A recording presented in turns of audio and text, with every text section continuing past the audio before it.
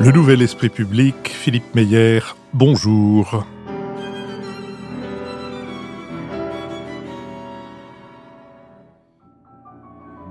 Bonjour, merci de nous avoir rejoints pour ce Nouvel Esprit Public, au cours duquel nous allons tenter d'éclairer certains aspects de l'actualité. Nous le ferons avec Nicole Niesotto, vice-présidente de l'Institut Jacques Delors, Lucille Schmitt, vice-présidente de la Fabrique écologique, et Lionel Zinsou, ancien Premier ministre du Bénin et président de la Fondation Terra Nova. Nous sommes partenaires de l'hebdomadaire Le 1, dont le dernier numéro a pour titre « Faits divers, autopsie d'une fascination ». Il est ainsi chapeauté. Serait-ce le symptôme d'une époque déçue par les grandes aventures collectives, d'un siècle hanté par la perspective de machines toutes puissantes, d'une société assiégée par les doutes et les craintes? Le fait divers a le vent en poupe, émissions de télé et de radio, romans et documents, podcasts, docu-fiction, c'est le retour de l'individu raconté dans sa vulnérabilité. Nous avons voulu comprendre ce qui fonde cette obsession. À partir de la semaine prochaine, nous mettrons en ligne, selon une tradition qui remonte à notre première année d'existence, nous mettrons en ligne des émissions thématiques. Elles porteront sur les pays baltiques, sur le Conseil national de la refondation, sur la gastronomie et en France et ses fonctions sociales, sur les toilettes publiques, sujet qui peut-être vous surprendra. Et en août, nous remettrons en ligne des thématiques qui ont pu échapper à votre vigilante écoute et dont nous pensons qu'elles méritent d'être découvertes ou redécouvertes. Mercredi, nous mettrons en ligne la seconde partie des échanges particulièrement riches entre notre invité de dimanche dernier, le prix Nobel Alain Aspect, et le public venu particulièrement nombreux assister à cette 300e conversation de notre podcast. Et puis pendant les 2 mois d'été, nous remettrons en ligne une sélection des badas que nous avons enregistrés depuis 2020. La série « Si c'est pour la culture, on a déjà donné » reprendra à la rentrée avec une conversation avec Hugues Gall, qui a dirigé l'Opéra national de Paris et le Grand Théâtre de Genève, après avoir été le collaborateur de Rolf Liebermann, lequel, dans les années 70, a sorti notre théâtre lyrique du marasme dans lequel il s'enfonçait et qui risquait fort d'aboutir à sa disparition. Notre prochaine émission publique à l'école alsacienne aura lieu le dimanche 10 septembre. On peut s'y inscrire d'ores et déjà sur notre site. Enfin, vos contributions nous restent toujours aussi précieuses et aussi nécessaires. Intéressons-nous maintenant à la Russie après la marche de la milice Wagner. La prise de la grande base arrière russe de l'opération militaire en Ukraine à Rostov-sur-le-Don par les 5000 mercenaires du groupe paramilitaire privé Wagner d'Evgeny Prigojine, cette prise a été réalisée sans le moindre coup de feu. Le lancement d'un raid armé vers Moscou ne s'est arrêté qu'à 200 km de la capitale et n'a été entravé par aucune force militaire substantielle, même si quelques avions et hélicoptères avaient été envoyés, dont certains ont été abattus. Juste avant de se lancer dans sa marche forcée, Prigojine a brisé le tabou du mensonge, révélant que les généraux russes et donc Poutine avaient menti sur la guerre, sur les pertes humaines, sur les territoires reconquis par les Ukrainiens et même sur les buts de guerre qu'il a déclarés infondés.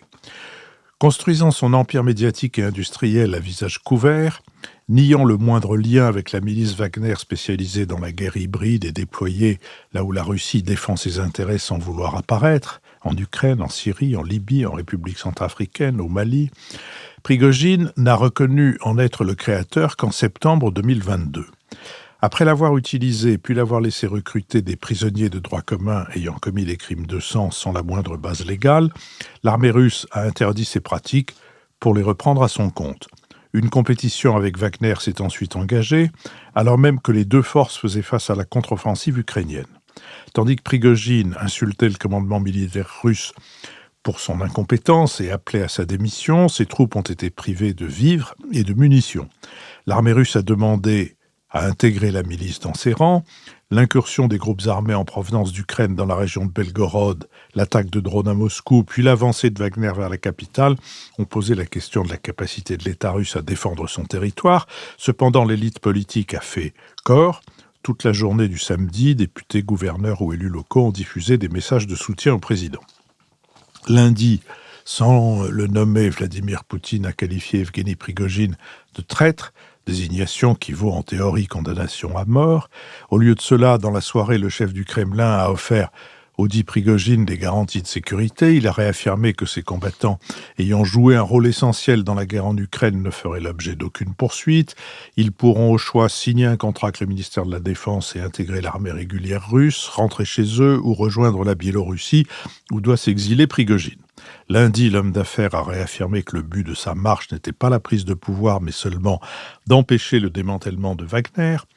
Il regrette la mort de militaires russes, mais il continue de se présenter en chef du groupe et assure qu'Alexandre Loukachenko, le président de la Biélorussie, lui aurait proposé une solution permettant la poursuite du travail dans un cadre légal.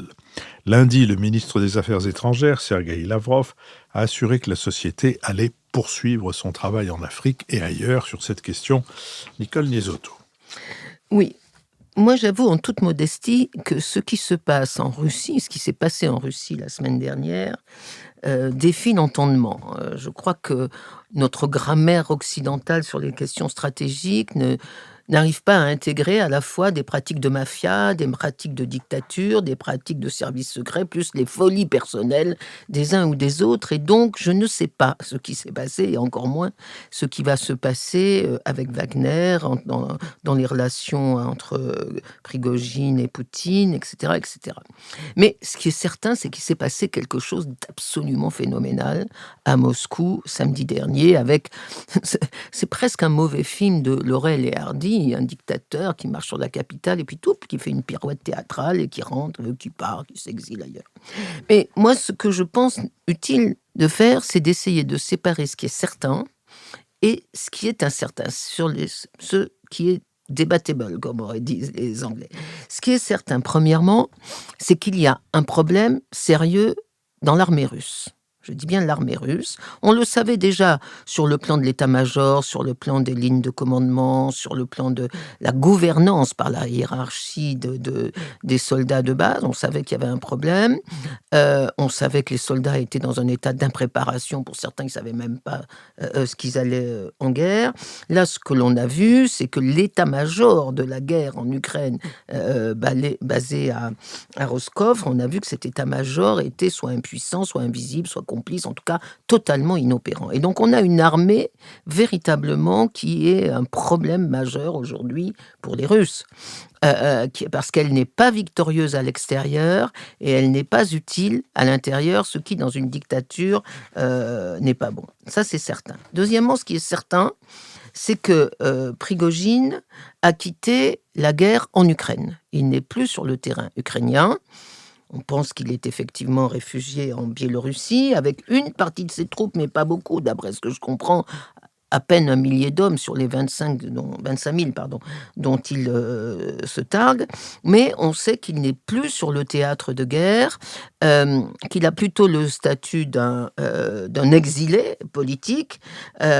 Et ça, c'est quand même une bonne nouvelle pour les Ukrainiens. Je rappelle quand même que au départ, les groupes Wagner n'étaient pas entrés en guerre. Ils sont arrivés au bout de 6 mois de conflit pour aider Poutine, pour soutenir l'armée russe, et en même temps que Kadyrov est arrivé avec ses Tchétchènes pour soutenir l'armée russe. Mais là, le fait que donc ces troupes de Wagner, en principe, ne sont plus opérantes sur la guerre en Ukraine, est peut-être une bonne nouvelle pour les Ukrainiens. Ça me paraît aussi sûr. Maintenant, après, on ne sait pas ce qui peut se passer. Ils peuvent rentrer par la Biélorussie, mais pour l'instant, c'est plutôt une bonne nouvelle. Maintenant, après, je ne vois que des points d'incertitude. Le premier point d'incertitude, c'est est-ce que Poutine est vraiment affaibli ? Je suis étonnée de voir tous les commentaires presque unanimes sur le fait qu'il a été humilié, il est affaibli. C'est une révélation du fait qu'il ne contrôle rien, que la population russe peut être à la fois interrogative et contente. Moi, je ne suis pas sûre. Je pense qu'on peut soutenir absolument la position inverse. Poutine sort renforcé de cette histoire. En 24 heures, il a su retourner la situation. Il a exilé Prigojine, il l'a exilé, il n'y a pas d'autre mot. Dans Shakespeare, on aurait dit qu'il l'a envoyé dans les terres lointaines. Prigojine a fait acte de soumission et finalement, il a rétabli l'ordre en à peine 24 heures. Les tranchées ont été rebouchées et la vie continue comme avant. Donc je trouve là qu'il y a un point de débat intéressant et personnellement, je ne pense pas que cette affaire affaiblit Poutine. Je pense qu'elle affaiblit plutôt toute idée de résistance militaire à Poutine parce qu'il s'en est bien sorti. Deuxième point d'incertitude et de débat, qu'en est-il de la contre-offensive ukrainienne? Parce que cet épisode Wagner a détourné un peu l'attention de ce qui était quand même l'événement principal dans la guerre, qui était le début de la contre-offensive ukrainienne. Or, si on regarde les choses un peu objectivement, d'abord, ça fait plusieurs mois qu'on nous annonce cette contre-offensive, elle a mis du temps à se mettre en place, et deuxièmement, elle n'obtient pas de résultats spectaculaires. Moi, je crois qu'aujourd'hui, on est dans une situation d'enlisement et de la contre-offensive et de l'armée rouge, et donc la question est... l'armée russe, pardon. Oh, il n'y a pas trop de différence, je pense. Mais à tel point qu'on peut se demander combien de temps va tenir cette offensive ukrainienne et surtout combien de temps et jusqu'à quel niveau d'armement les Occidentaux vont mettre pour permettre à cette contre-offensive de ne pas être un échec. Je crois qu'il ne faut pas détourner, l'affaire Prigojine ne doit pas nous détourner l'attention de cet élément essentiel. Et je termine par un troisième point d'incertitude, qui est l'heure de la négociation. Moi, je suis convaincu que le président Biden voudra en janvier être tranquille pour sa campagne électorale. Lui ou le démocrate éventuel qui le remplacerait comme candidat. Et donc, je pense que pour l'administration américaine, il faut trouver un espèce de succès de la présidence américaine avant Noël. Et pour avoir un début de négociation, il faudrait que les Ukrainiens soient vainqueurs, mais pas trop, pour ne pas quand même dépecer la Russie. Et il faudrait que Poutine soit affaibli, mais pas trop, pour qu'il reste un négociateur. Or là, on est dans une situation absolument inversée. Il n'y a pas de victoire ukrainienne. Et dans mon analyse à moi, il n'y a pas d'affaiblissement de Poutine. Donc je crains qu'on soit encore dans une guerre qui va durer. Lucille Schmitt. Oui, Nicole a commencé en disant, au fond, nous sommes sidérés par ce qui vient de se passer en Russie.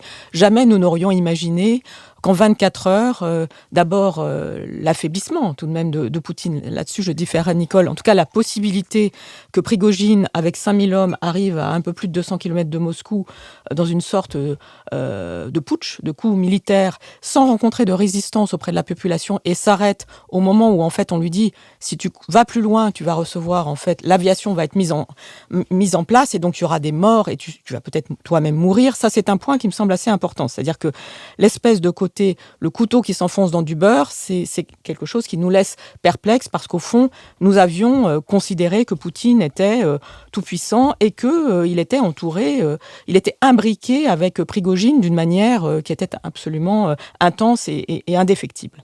Du coup, ça nous amène à nous intéresser à qu'est-ce que c'est que le pouvoir en Russie et au personnage de Prigojine. C'est-à-dire que ce qui est très intéressant, c'est cette espèce de mafieux qui commence en étant un petit délinquant, qui fait pratiquement 8 ans de prison, qui devient ensuite le roi du hot-dog, qui crée un restaurant prestigieux qui s'appelle la Vieille Douane à Saint-Pétersbourg, dans lequel les diplomates se pressaient, qui grâce à Poutine devient extrêmement riche, et puis qui un jour rencontre en fait une sorte de militaire néo-nazi, Dimitri Oudkine, qu'on appelle Wagner parce qu'il adore Wagner, et qui à partir de là se met à se spécialiser dans le fait de devenir au fond mercenaire aux 4 coins du monde, c'est-à-dire qu'il crée une armée de mercenaires, ça a été dit, ça a été rappelé par Philippe, en Syrie, au Centrafrique, au Mali, je rappelle qu'il a aussi une mine d'or au Soudan, donc c'est quelqu'un qui place la question de l'enrichissement au cœur, de l'enrichissement et de la relation avec un pouvoir légitime, celui de Vladimir Poutine, au cœur de sa trajectoire.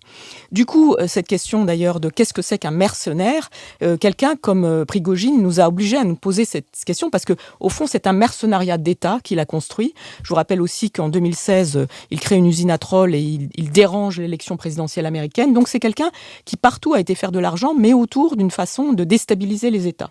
Et à partir de là, lorsqu'il déstabilise ainsi, cette fois-ci, l'État russe, c'est-à-dire qu'il a déstabilisé des tas d'autres États extérieurs, en Afrique, les États-Unis, et là, il déstabilise l'État russe, quelle est la possibilité pour lui d'avoir un avenir ? Nicole a raison de dire que, d'une certaine manière, Prigojine est sans doute fini en Russie. Mais comme il était purement imbriqué avec Vladimir Poutine, qu'est-ce que ça signifie sur la force réelle de Vladimir Poutine ? Parce qu'au fond, chacun se nourrissait de l'autre. Et il est évident que, par exemple, en Ukraine, Prigojine et ses hommes ont joué un rôle fondamental sur Bakhmout et qu'ils ont joué un rôle important parce que ce sont des soldats chevronnés, que Prigojine a aussi eu une stratégie qui était d'aller dans les prisons, qu'il a été en permanence sur le terrain. Ça a été rappelé par un certain nombre de dissidents russes, enfin de gens qui ont fait dissidence par rapport à l'armée russe en disant Poutine est dans sa tour d'ivoire, Prigojine n'a jamais hésité à aller sur les terrains de guerre. Il a été en Centrafrique pour convaincre le président centrafricain. Il a été dans les prisons pour convaincre les prisonniers de s'engager et au fond devenir de la chair à, on dit plus de la chair à canon, mais en tout cas une sorte de viande facile qui lui permettait de préserver ces mercenaires qui eux sont sur les terrains extérieurs à la Russie pour pouvoir mieux enrichir le chef de guerre. Donc il y a quelque chose qui nous éclaire sur la nature du pouvoir russe et qui nous éclaire aussi sur peut-être les risques qui existent pour nous face à des États qui sont au fond des États dans lesquels, des États dictatoriaux, des États antidémocratiques, dans lesquels l'imbrication entre l'affairisme, la délinquance, la capacité à manier les armes, qui sont quand même des armes d'État, parce qu'au fond Prigojine pouvait avoir accès à tout ce qu'il souhaitait, c'est essentiel. Et par rapport à ce que disait Nicole sur l'avenir de la guerre en Ukraine, on peut se poser des questions, effectivement, sur le retrait de Prigojine, mais on peut aussi se poser des questions sur l'étape actuelle, où on voit bien que l'aviation russe, la capacité de l'armée russe, tout de même, à s'adapter par rapport à la contre-offensive ukrainienne est réelle. Sans Prigojine et Wagner, que va-t-il se passer ? Moi, je pense qu'effectivement, la suite n'est pas écrite et que la question, c'est aujourd'hui comment est-ce que Prigojine va continuer à agir sur les théâtres extérieurs et comment est-ce que l'armée russe va se recomposer par rapport au théâtre ukrainien. Lionel Zinsou. Oui, moi je suis frappé par le fait que ces événements nous rappellent un certain nombre de lois, au fond, de situations antérieures assez homologues. Et au fond, ne sont pas si surprenants que ça. Alors, ça a créé effectivement un immense effet de surprise, mais rappelons quand même 3 choses. Les régimes politiques, ça peut s'effondrer très vite. En Russie, il y a plusieurs exemples. Ça peut se faire en quelques jours. On a été tout près d'arriver. Deuxième chose, les armées qu'on nous décrit comme la première, la deuxième, la quatrième du monde, etc., ne sont pas du tout, en règle générale, ce qu'on en décrit. Et c'est à l'épreuve du feu qu'on s'en aperçoit. Et donc, il y a des précédents, et ça ne concerne pas que la Russie. Il n'est pas complètement exclu que dans les armées occidentales, on ait également un certain nombre de ces faiblesses.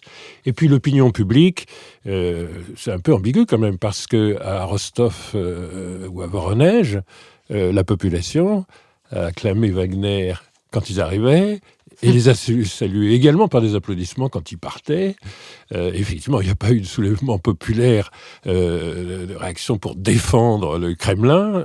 Donc, il y a probablement quand même, sur l'omnipotence ou le renforcement de Vladimir Poutine, quelques questions. Alors, d'abord, les régimes, ça s'effondre très vite. En 89, clairement, l'Union soviétique n'a pas résisté longtemps après le départ de l'armée rouge, tout de même vaincue par les milices des talibans, des Pashtuns, etc.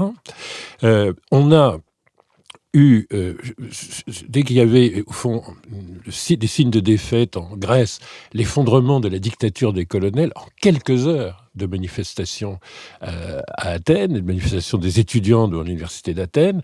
Et moi, il se trouve que j'étais étudiant et que j'étais là. C'est-à-dire, c'est extraordinaire comme une dictature totalitaire, extraordinairement répressive, s'effondre en 24 heures. Et donc, il faut faire attention, on s'attend à une dégradation lente, et en réalité, ce genre de phénomène peut être extrêmement rapide. Et là, il y avait même des doutes sur le fait que Vladimir Poutine était encore à Moscou, mais la défense civile, le fait de mettre des sacs de sable pour arrêter Wagner et de creuser des trous dans les routes pour retarder sur l'autoroute M4, c'est quand même significatif d'un pouvoir qui aurait pu s'effondrer en quelques heures. Donc, attendons-nous à d'autres rebondissements et ayons en tête que les régimes les plus totalitaires peuvent tout à fait disparaître, et plutôt en 24 heures. C'est un thème récurrent chez les services américains, de rappeler cette faiblesse et cette rapidité dans l'effondrement. Mais sur les armées, donc ça dit effectivement beaucoup de choses sur l'armée russe, mais il y a eu beaucoup de signes. C'est-à-dire le fait que l'Ukraine rentrant à Belgorod, à l'intérieur de la Russie, il n'y ait pas de réponse, était déjà extrêmement surprenant. Alors la prise du quartier général de Rostov est évidemment le passage à la limite de ce genre de choses, mais enfin il n'y avait pas eu de réaction significative. Mais le fait de dépendre d'un certain nombre de fournitures essentielles, comme les drones iraniens ou les missiles iraniens ou les drones turcs pour l'armée russe, c'est quand même très étonnant, ce qui est quand même une puissance industrielle, une puissance technologique, et c'était en plus un des grands thèmes de Vladimir Poutine. On a une supériorité militaire désormais dans l'utilisation de l'arme nucléaire, avec les avions hypersoniques, les missiles hypersoniques, etc. Et puis on s'aperçoit que, en réalité, il n'y a pas assez de munitions pour les troupes sur le terrain, et il n'y en a pas pour Wagner pour d'autres raisons. Et ces munitions, elles viennent en partie de pays qui sont quand même des puissances moindres que la Russie. Donc oui, il y a beaucoup de signes, mais enfin les signes spectaculaires de se faire prendre son quartier général en temps de guerre est évidemment le signe le plus extraordinaire. Mais est-ce que c'est le seul exemple ? Parce que l'OTAN a quitté l'Afghanistan, et ça, c'est quand même récent, de façon qui a quand même sidéré le monde, en ayant été défait par les talibans et répétant ce qui était arrivé à l'armée rouge en 1989. Donc, mais rappelez-vous, dans la Corne de l'Afrique, Colin Powell était le chef de l'opération pour chasser les Chebabs de la Somalie. C'est un film célèbre, La chute du faucon noir.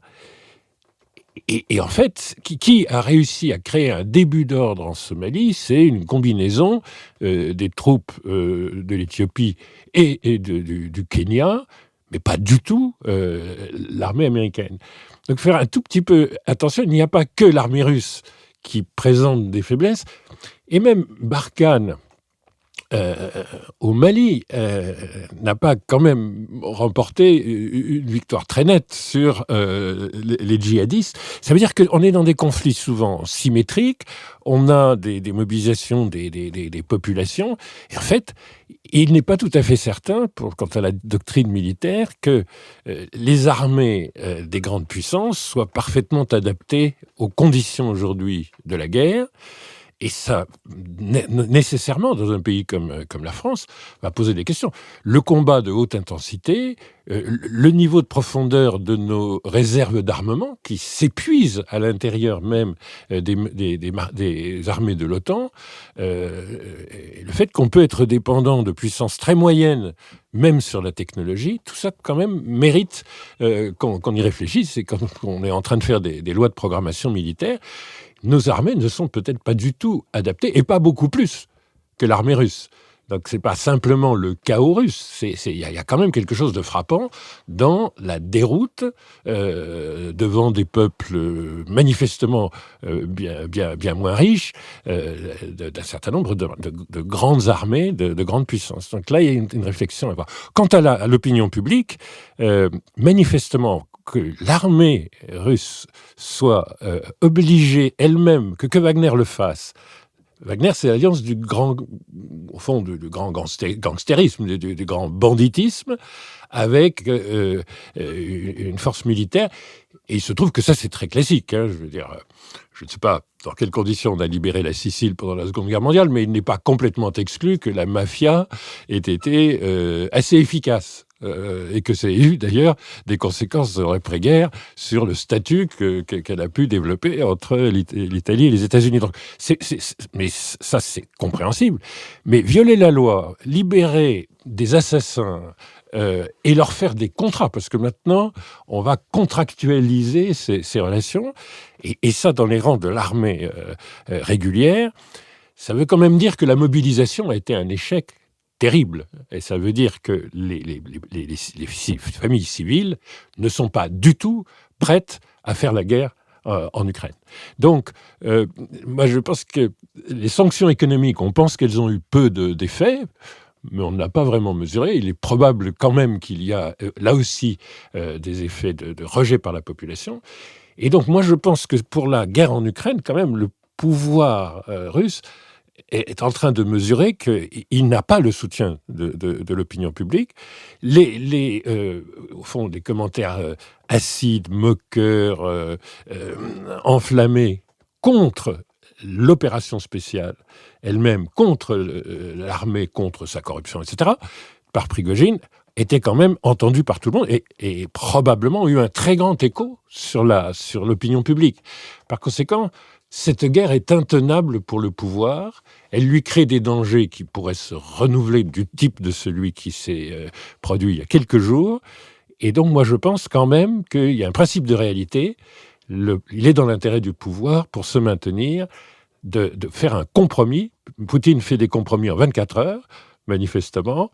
Et moi, je pense que c'est une bonne nouvelle pour le peuple ukrainien, parce que c'est intenable pour la Russie de rester en position et de laisser se dégrader toute la situation Nicole Niezotto. autour de cette position de défaite. Si Poutine avait un comportement rationnel, ça se saurait. Et en particulier, il n'aurait pas attaqué l'Ukraine. Donc, de miser sur l'analyse que vous faites, et qui est effectivement très logique, c'est-à-dire que c'est pas tenable pour lui, donc il a intérêt à trouver une solution, entre guillemets, diplomatique, relève d'un comportement rationnel dont il ne nous a pas habitués. Donc là, moi, encore une fois, je ne fais pas faire des scénarios sur l'avenir, mais je voudrais reprendre ce que vous avez dit, commenter ce que vous avez dit sur le fait que les régimes totalitaires s'effondrent très vite. Ça, c'est vrai. C'est absolument vrai.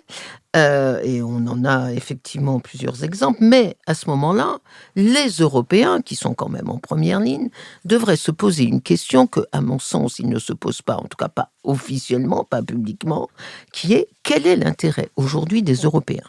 Est-ce que c'est d'avoir en Russie un État failli, ou est-ce que c'est d'avoir un État dur?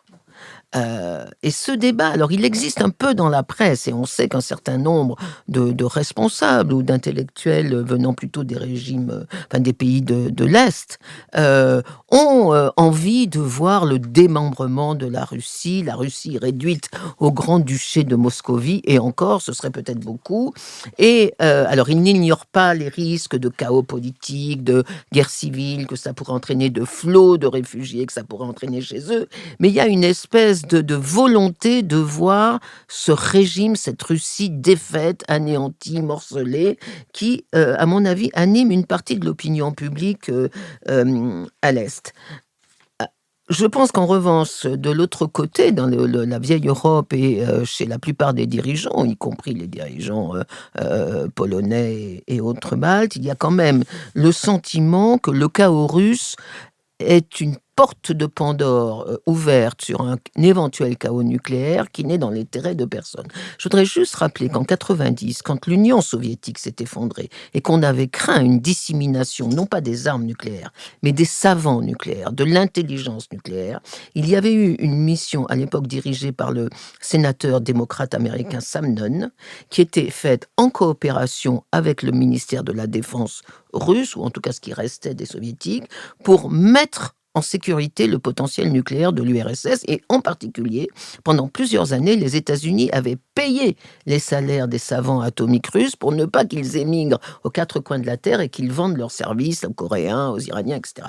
Et donc, il y a un vrai risque, je crois, et les chancelleries en sont conscientes, d'un chaos russe, d'abord parce que la guerre civile à nos portes, ce serait effectivement quelque chose de tout à fait ingérable pour nous en termes de flux de réfugiés, même si ce sont des blancs chrétiens, à mon avis, il y a un moment où on atteindra le seuil du supportable, et parce qu'il y a cette angoisse sur la dissémination, non pas des armes nucléaires, mais du savoir-faire nucléaire. Et donc, ça, c'est un débat qui me paraît fondamental pour la politique des Européens et des Occidentaux en général à venir. Or, je n'ai pas l'impression qu'on le mène. Je pense en tout cas, même si c'est pas en faveur de l'extension de la démocratie, qu'il vaut mieux pour nous avoir un État qui contrôle son territoire que d'avoir un État failli aux dimensions de la Russie. J'avais une autre remarque, mais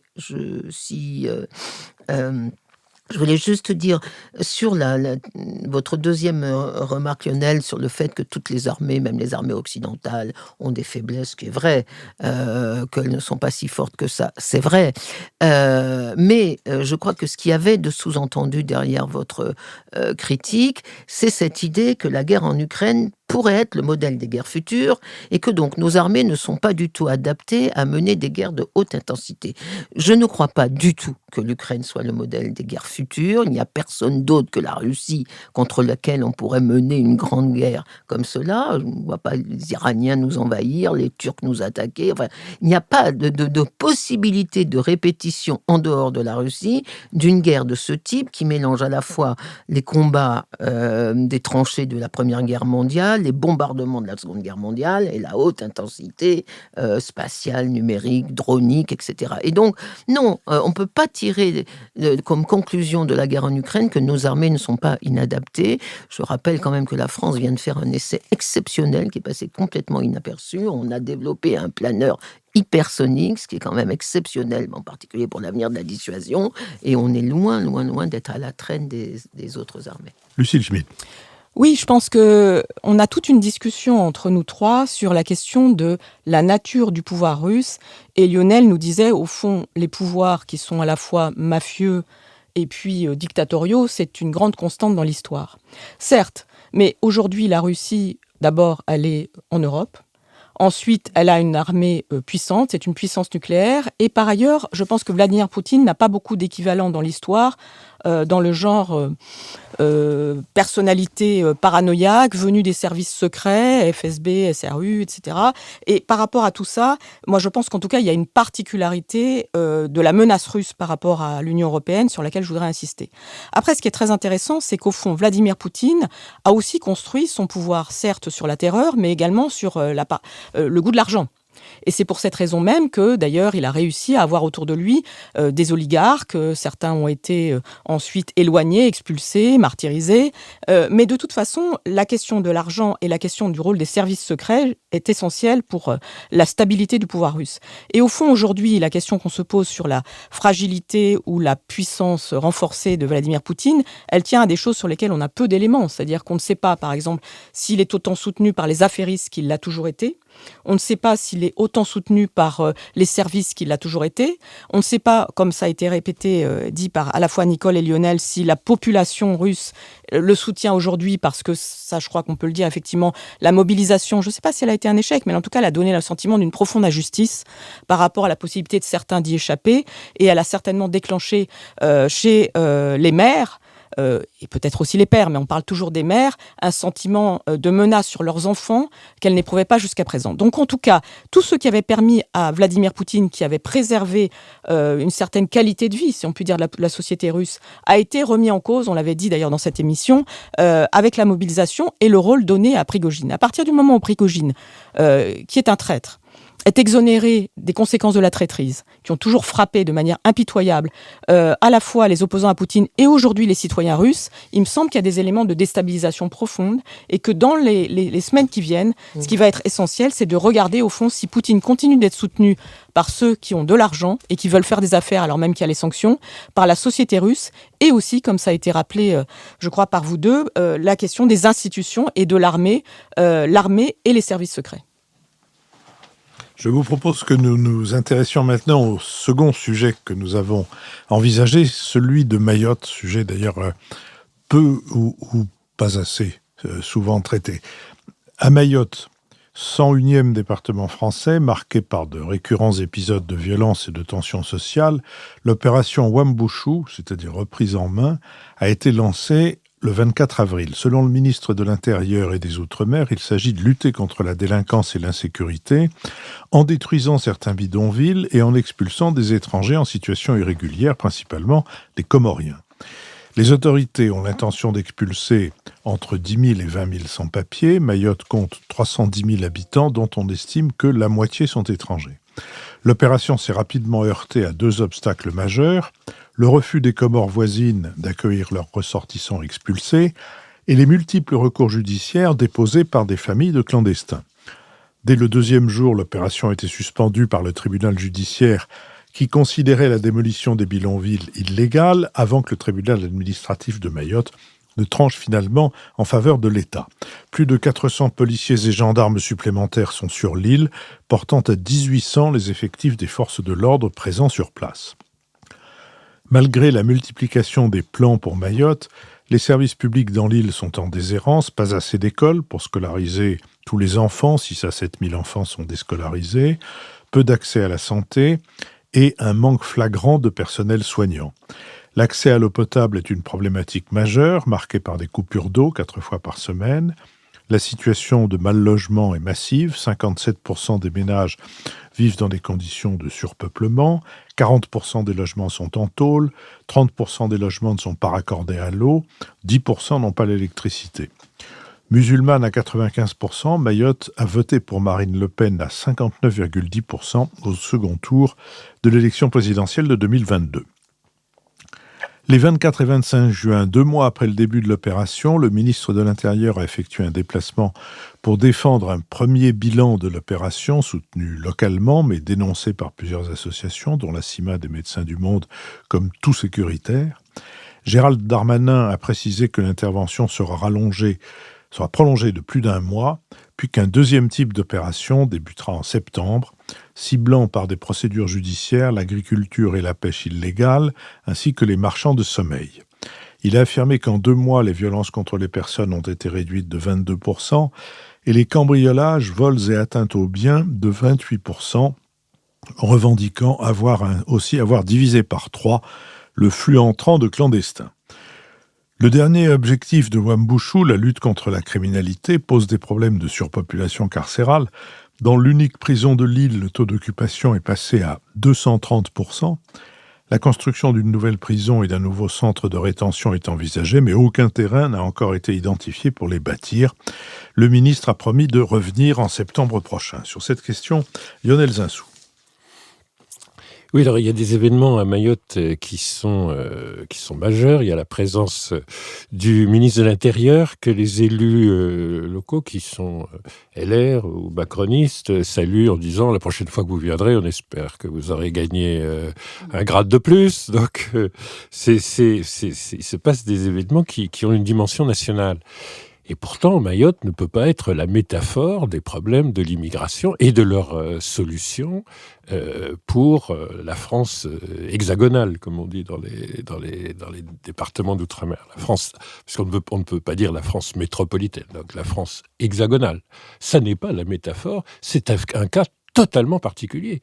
Alors évidemment, il y a très peu d'informations au fond ce que c'est que la réalité de Mayotte dans l'opinion publique française. Donc, on peut avoir l'impression que le ministre de l'Intérieur est capable de résoudre avec des moyens de gendarmerie, avec quelques moyens sociaux, une situation et d'expulser des milliers d'étrangers.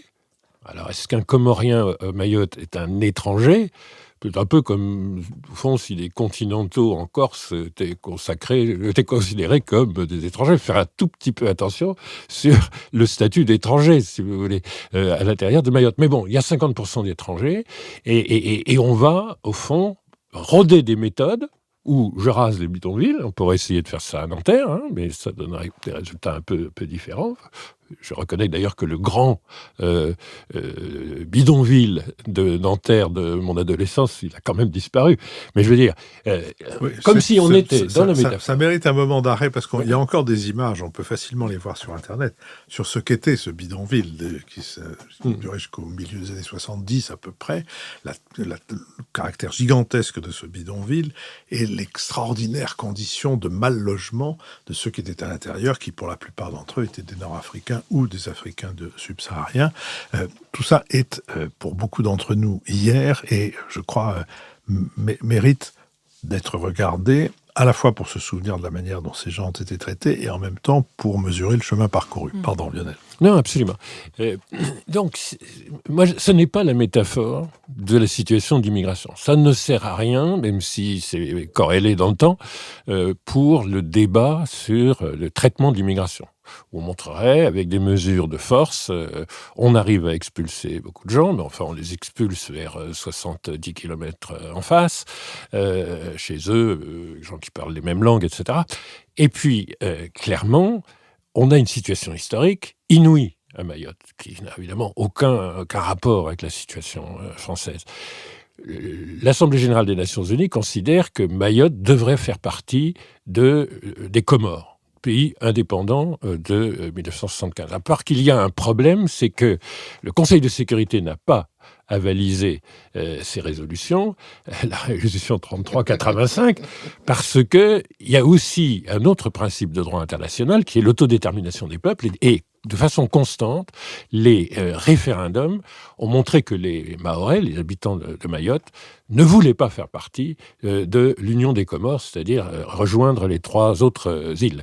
Mais pour des raisons qu'ils ont d'abord été associés à la France 50 ans avant la colonisation des autres îles, mais surtout c'est un carrefour d'influence inouïe, c'est-à-dire il y a à la fois des origines indiennes, il y a des présences arabes, ce sont des pays, au fond, bantous, swahili, au sens des populations d'en face, c'est-à-dire de l'Afrique de l'Est, qui ont été islamisés. Maintenant, l'islam est religion d'État, mais tardivement. Il y a une influence qui a été extrêmement, à la fois, hostile et en même temps profonde d'Oman, comme à Zanzibar, autre île qui, à la sortie du canal du Mozambique. Et donc c'est revendiqué par les Malgaches, ça a été longtemps revendiqué par les populations de la péninsule arabe, c'est revendiqué par les pays d'en face, et c'est un mélange de traditions, de langues, tout à fait extraordinaire. Et donc, dans cette histoire, il y a eu une histoire constante de bataille entre les îles. C'est-à-dire, c'est pas la première fois qu'entre 3 îles et la 4e, il y a des dissentiments. Ça a été toute l'histoire de millénaires des Comores. Donc, les conflits d'aujourd'hui, les transferts de population sont en fait dans la tradition extraordinairement faite de combats qu'on observe aux Comores. Et puis, il y a les différences considérables de niveau de vie. C'est-à-dire, vous êtes proche d'une île encore beaucoup plus riche, qui est la Réunion, mais le département qui est le plus pauvre de français, qui est le 101e Mayotte, est 10 fois plus riche en revenus par tête que les Comores, qui font partie des 20 ou 30 pays les plus pauvres du monde, avec une économie très déséquilibrée. Puis il y a quelque chose qui rend la situation incroyable, c'est que les Comores sont en rébellion contre la France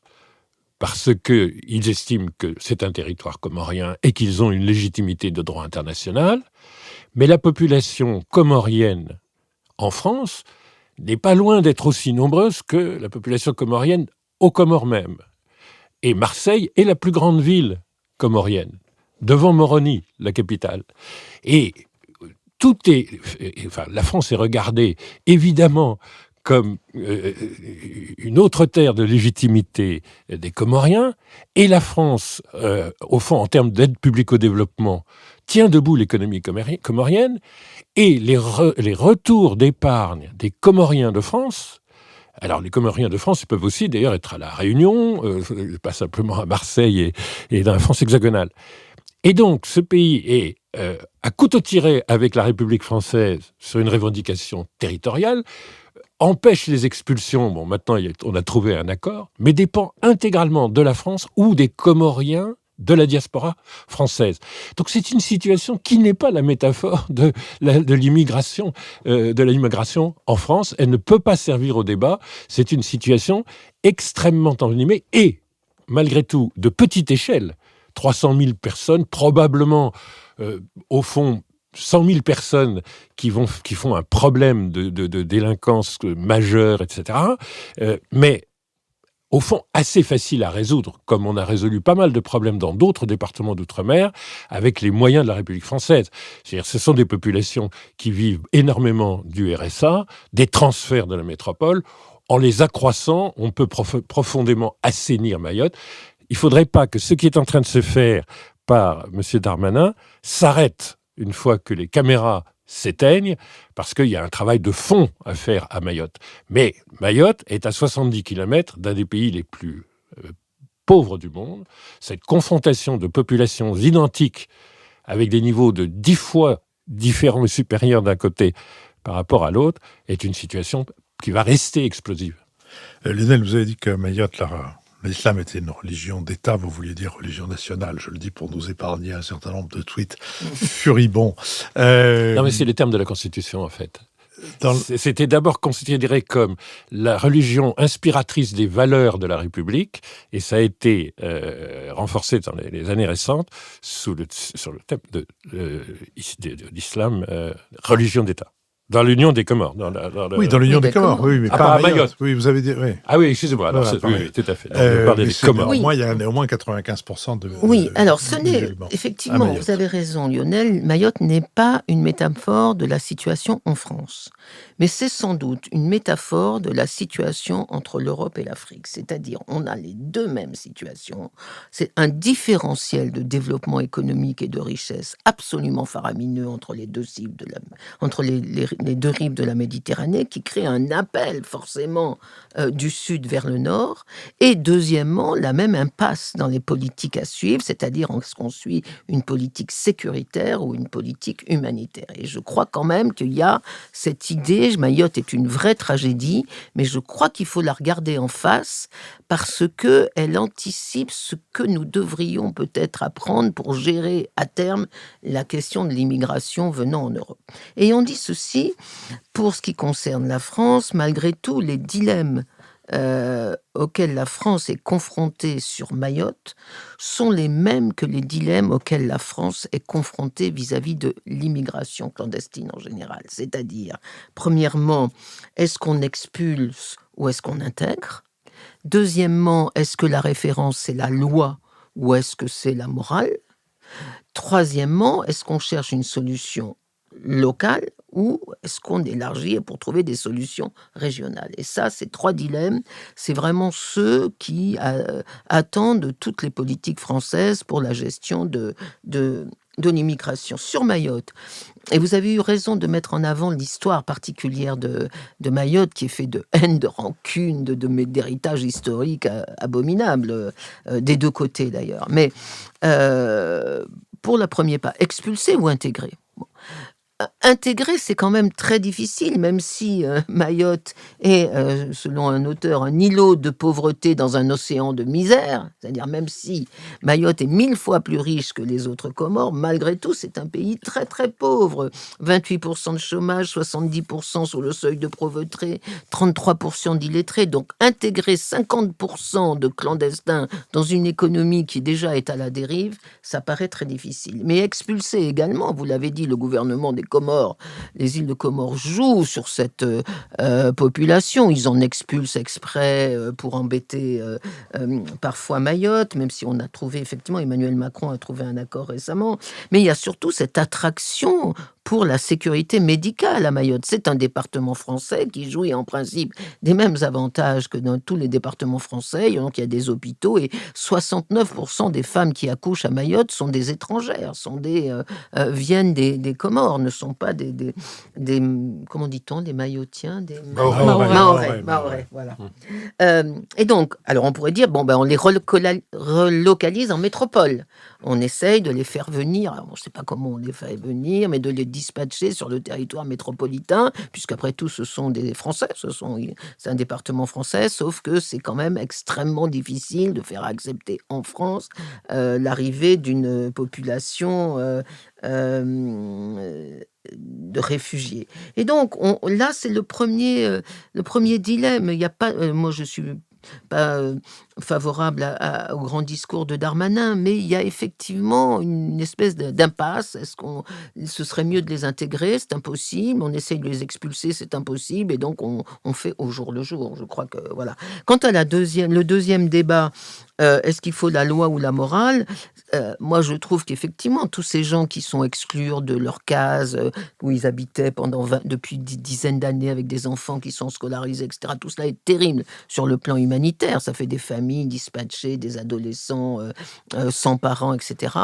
Mais en fait, ils sont là clandestinement, ils n'ont pas de droit de propriété, ils occupent des terrains qui ne sont pas à eux, et donc, là encore, que choisir? Et donc, on voit très bien, et dernier dilemme très rapidement, et là, je crois que c'est peut-être plus facile à résoudre. Je crois que personnellement, il n'y a pas de solution uniquement française à Mayotte. C'est vrai ce que vous dites, on pourrait mettre de l'argent. Mais enfin, on a fait la même chose aux Antilles et pas avec des résultats un peu difficiles.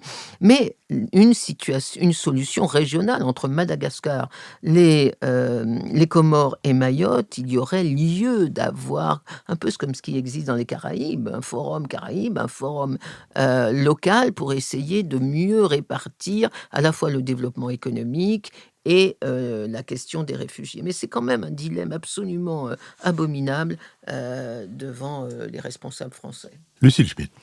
Oui, peut-être rappeler une chose, c'est que Mayotte est département français depuis finalement assez peu de temps. Depuis 2011, c'était une décision qui a été prise par Nicolas Sarkozy. Est-ce que c'était une décision d'ailleurs liée à la proximité de l'élection présidentielle française de 2012 ? Je ne me prononcerai pas là-dessus, mais il y a eu là une décision peut-être qui a été... au fond, qui éclaire tous les dilemmes sur lesquels vous avez montré qui sont d'une certaine manière impossibles à résoudre. La première chose à dire, c'est d'abord de rappeler que la population de Mayotte est tout à fait différente, comme le disait Lionel, de la France. 50% de cette population a moins de 17 ans.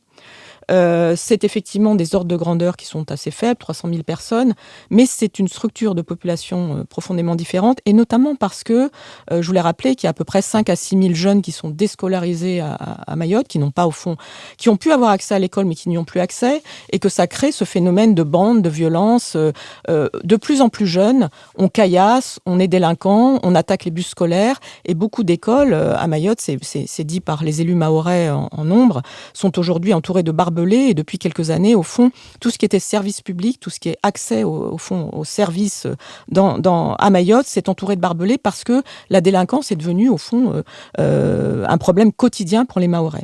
Alors ça a entraîné, ce que vous rappeliez Philippe, c'est que il y a un vote massif pour Marine Le Pen, et c'est tout le paradoxe que soulignait également Lionel, c'est qu'il y a un vote massif pour Marine Le Pen, alors que le lien entre les Comorais et les Mahorais, c'est quelque chose, c'est la même population, et les liens d'ailleurs interfamiliaux sont extrêmement forts, ce qui peut expliquer aussi les flux migratoires. Il y a évidemment la question de la différence de niveau de vie économique, mais il y a aussi les liens qui sont des liens traditionnels, des liens familiaux, et donc il y a toute cette question on a l'impression que les Mahorais se mettent à se détester eux-mêmes, d'une certaine manière, en détestant ceux qui habitent les Comores, et ça c'est un sujet qu'on n'arrive pas à résoudre, parce qu'il faut aussi le rappeler, le gouvernement des Comores ne reconnaît pas le fait que Mayotte soit un département français et fasse partie de la France. Donc une situation géopolitique assez inextricable.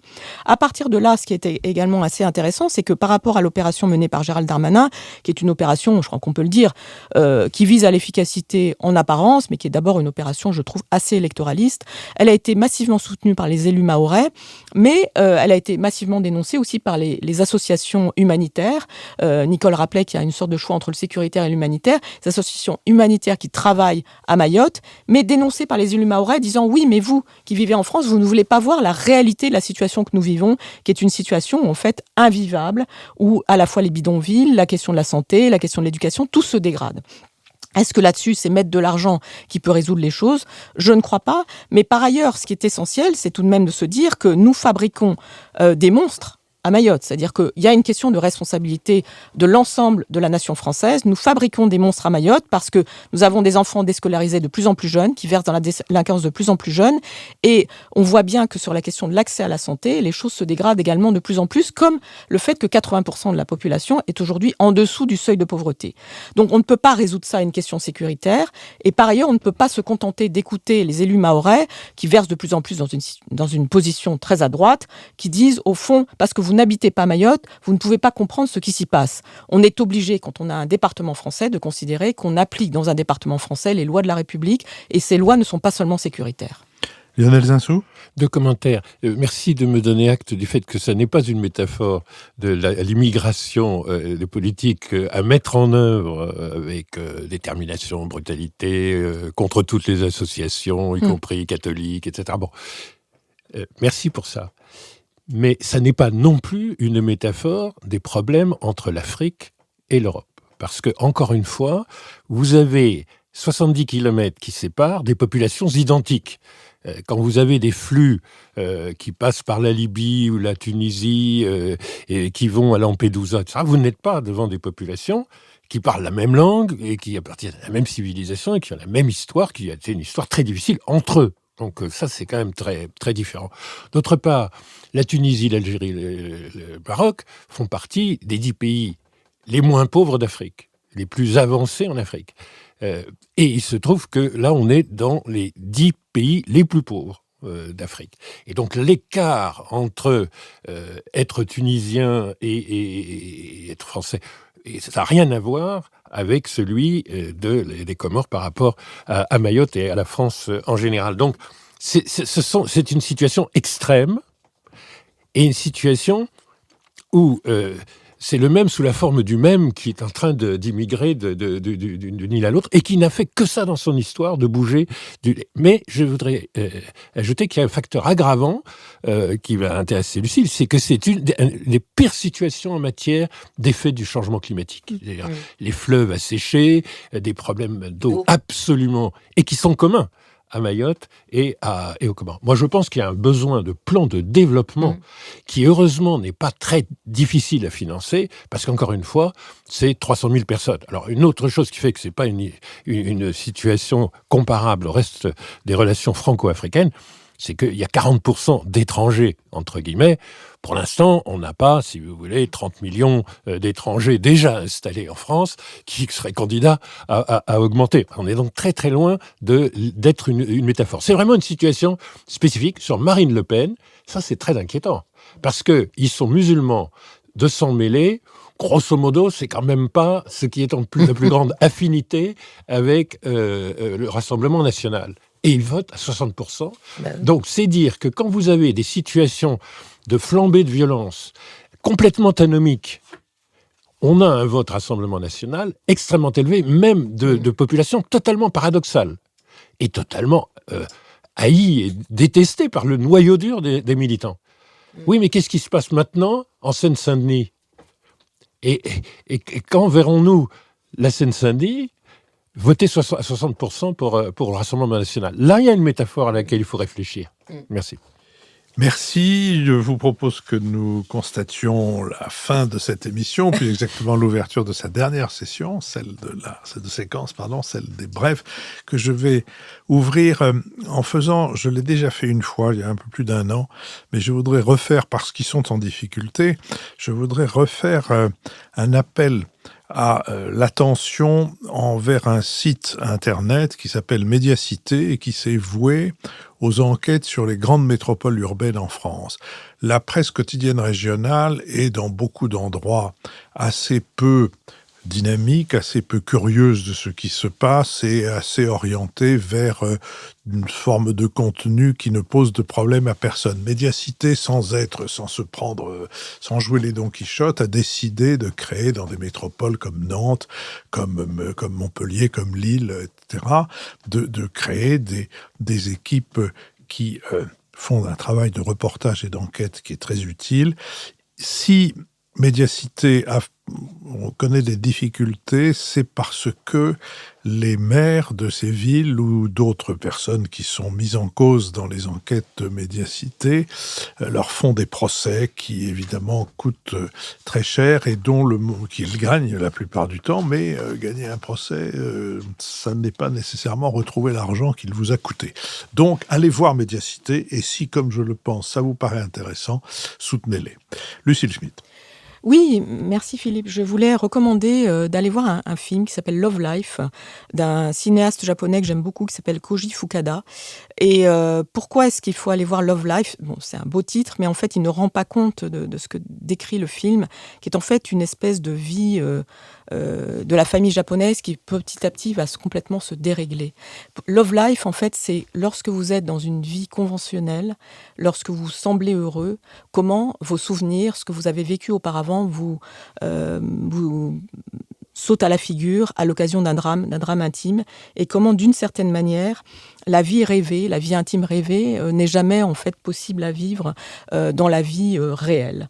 C'est extrêmement poétique, c'est aussi imperceptiblement quelque chose qui se passe, et en ce sens, il y a à la fois un grand formalisme, je ne sais pas si c'est très japonais en ce sens peut-être, mais en tout cas, il y a aussi des choses très intéressantes sur ce qui pourrait s'appeler aussi l'analyse sociologique, j'ose le dire, de la vie au Japon, avec notamment les relations très difficiles entre Coréens et Japonais, et la façon dont, au langage habituel, on peut substituer un langage de l'implicite, autour notamment du personnage de l'ancien mari qui s'appelle Park, coréen, et qui est sourd-muet, avec lequel la communication va devenir plus facile qu'avec le mari réel. C'est très très beau et assez subtil.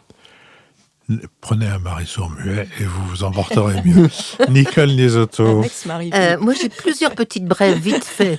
La première, pour vous recommander un ouvrage qui vient de sortir chez Gallimard avec plusieurs associations, Amnesty International ou Cartooning for Peace, et qui s'appelle « Fichez-nous la paix », qui est un ouvrage avec une préface de Pierre Aski, dans laquelle il y a 200 dessins de presse sur la guerre en Ukraine, qui est très très bien.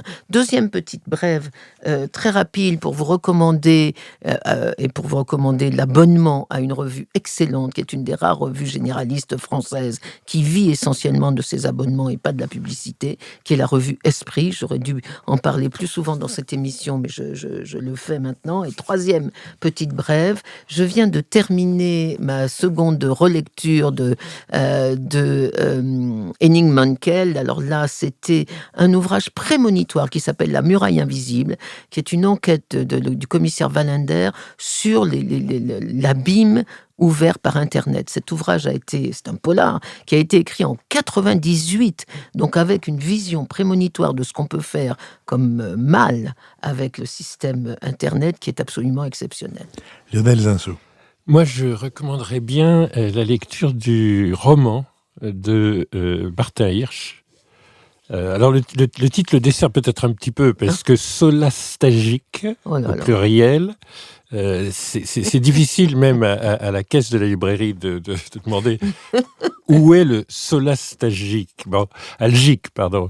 Alors, algique, comme son nom l'indique, au fond, c'est les gens victimes d'une nouvelle maladie, celle d'une angoisse, d'une maladie mentale, mais aussi profonde et destructrice que celle du VIH, et qui obsède toute une génération, et qui est le développement de toute une pathologie associée à l'angoisse de la fin de la planète, liée au changement climatique. Et c'est absolument passionnant. C'est très bien écrit, des petits chapitres courts et très bons. C'est évidemment un roman qui n'est en fait qu'un essai, et qui fait le point. On a énormément d'informations, au fond, sur le changement climatique, mais qui va jusqu'au bout des formes de violence qui sont, au fond, le passage à la limite de gens qui défendent l'environnement, qui, voyant qu'ils n'arrivent pas à, au fond, faire se rebeller et faire même prendre conscience, finissent par passer dans la violence numérique, puis la violence physique, puis la violence terroriste, et donc et qui sont au fond des malades mentaux à cet égard, mais qui sont irrésistiblement entraînés dans cette direction. Ça comporte énormément d'informations. On voit très très bien quelqu'un qui connaît bien, à travers la PHP, l'assistance publique, qu'il a dirigé, ou comme ministre de la pauvreté, inventeur du RMI, du RSA, etc. On voit très très bien que c'est la meilleure forme romanesque d'un rapport du Conseil d'État, ce qui est la situation de l'auteur, et d'un normalien dont on voit qu'il aurait pu être littéraire, parce que c'est très bien écrit, mais qu'en fait, il est quand même plutôt un normalien scientifique, et ça se traduit un tout petit peu dans le style. Il manque peut-être quelque chose comme une histoire d'amour qui permettrait de tenir jusqu'au bout, mais si on veut lire le meilleur rapport possible à la plage, prenez ce roman, qui n'a que l'apparence du roman, mais où on apprend beaucoup de choses. Je contesterais que Martin Hirsch ait inventé le RSA, mais pour le reste, n'ayant pas lu le roman, je ne fais que vous croire. Merci à Sophie Jacquin, avec qui cette émission a été préparée, à Benoît Carré, qui assure le compendium auquel vous pouvez vous abonner, auquel d'ailleurs vous êtes de plus en plus nombreux chaque semaine, ce qui est fort réjouissant, à vous abonner. Merci à Nicolas Tourneau qui veille à notre site, et Dieu sait s'il a eu du travail ces derniers temps avec des changements de plateforme qui nous ont été imposés et qu'il a fallu affronter. À Olivier Magloire qui, lui, veille à tout ce qui concerne le financement et répond aux questions des auditeurs quand ils sont nos contributeurs ou quand ils souhaitent le devenir, ce qui est une intention admirable. Rendez-vous mercredi pour la deuxième partie de nos échanges avec le prix Nobel Alain Aspect dans le cours de notre émission de dimanche dernier. Puis rendez-vous la semaine prochaine pour la première émission thématique de notre série thématique, émission déjà enregistrée, donc je peux vous dire à quel point, comme modérateur-auditeur, elle m'a passionné, c'est celle sur les pays baltiques. À la semaine prochaine. Merci.